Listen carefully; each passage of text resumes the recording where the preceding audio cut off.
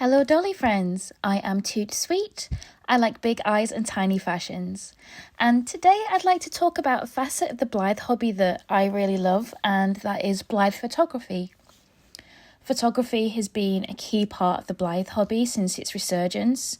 In fact, it was Gina Garron's photography collection, This is Blythe, which renewed interest in Blythe back in 2000, and that's what led to the production of Neo Blythe.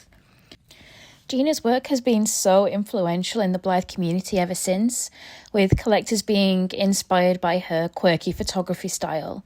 In particular, her inventive methods, which often included taking pictures of dolls out in public, using forced perspective to make them look human-sized, and using architectural features out in the world to create these really fun and kind of unexpected shots.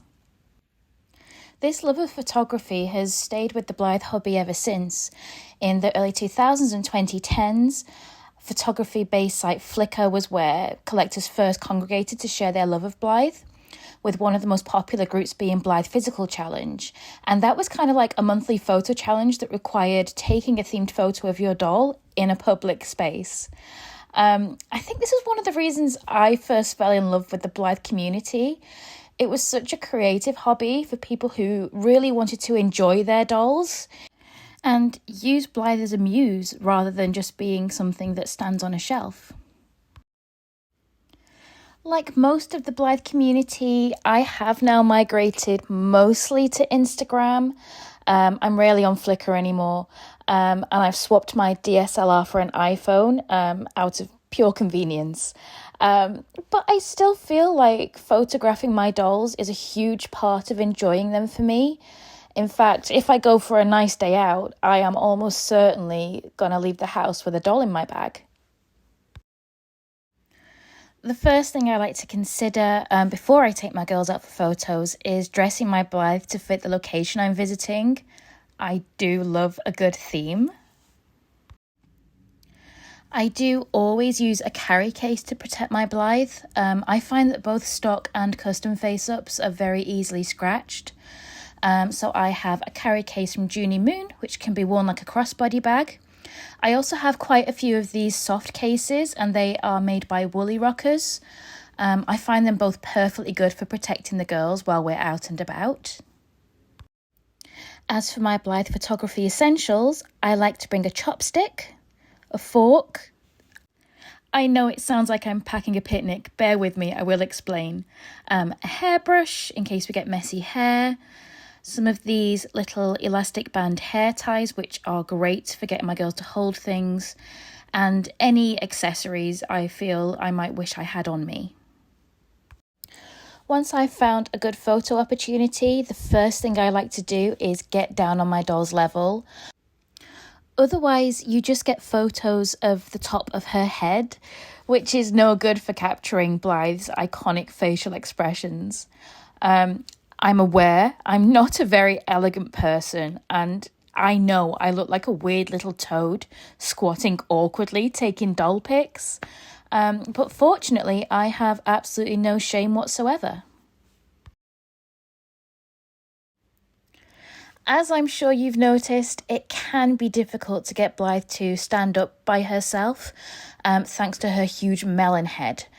There are all kinds of different stands available nowadays, but I'm still fond of the oldest trick in the book, which is a chopstick. This is easiest in soft terrain like sand or grass, but you can also shove the chopstick between paving stones or bricks. And then you just balance your doll against the chopstick, and then you just rotate the angle of your camera until the chopstick is no longer visible.